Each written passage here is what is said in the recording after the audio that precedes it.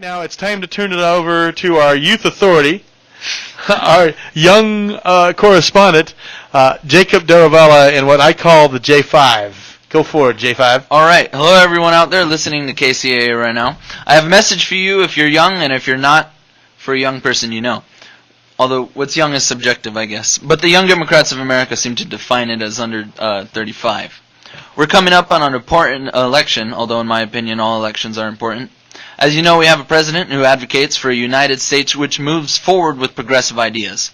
On the other hand, we have a House of Representatives which instead caters to corporate bosses and organizations which deny climate change, advocate for theocratic revolution and institution, and look down at the rest of us, not just Mitt Romney's 47%, but the 99% of us as serfs, owing the super rich for our standard of living. In the Senate, we have obstructionists stepping right in line with the Republican House, ready to block any efforts to fix things out of spite for the president. They're okay with inequality.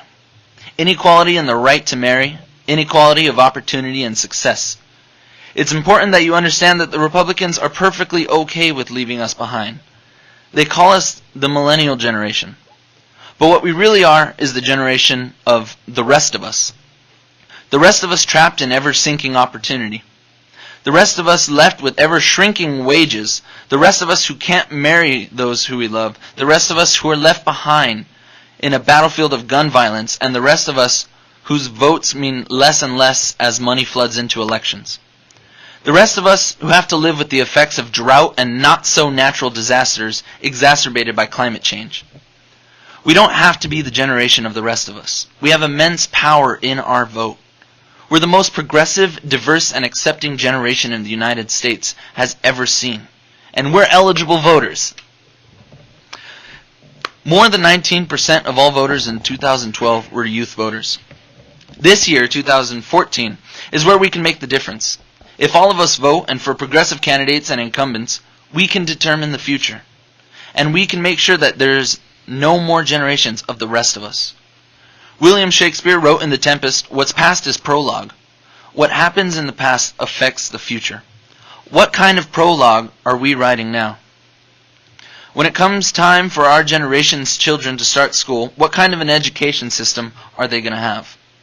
How will you be taken care of in your old age? Will Social Security even exist? Will our infrastructure system be strong enough in the years to come? Will we have control of our own democratic republic, or will our great country continue to spiral into plutocracy, where corporations and the super rich write the laws? All you millennials, as they call us, you can answer those questions by getting up, listening up, getting involved, and most importantly, vote. Vote in 2014 and make sure to keep on voting. That's what I got to say. And that's the J5 from Jacob Daruvala. Ladies and gentlemen, that's our youth correspondent. That's why we have him here. He's got a good voice. He's got a good thought. He's got a good brain with him. And we're so grateful to have him here. Jacob Daruvala has been here for the last few weeks, and it's been a pleasure. And that was some really good words. Good words and some good perspective. And we're going to have Jacob do that every week as he chooses to come back. Hopefully he does.